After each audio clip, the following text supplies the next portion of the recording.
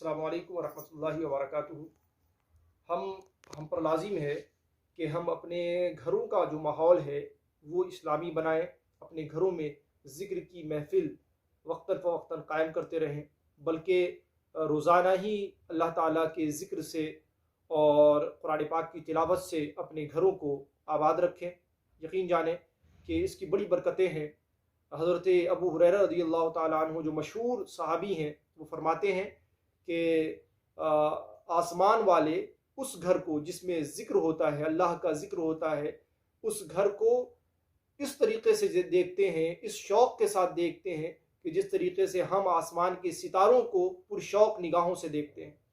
تو یہ بڑی مبارک بات ہے، اس لیے ہمیں اپنے گھروں میں ذکر الہی کی محفل قائم کرنا چاہیے اور اپنے گھروں کو ذکر الہی سے، اللہ کی یاد سے آباد رکھنا چاہیے۔ اللہ تعالی ہمیں توفیق خیر عطا فرمائے۔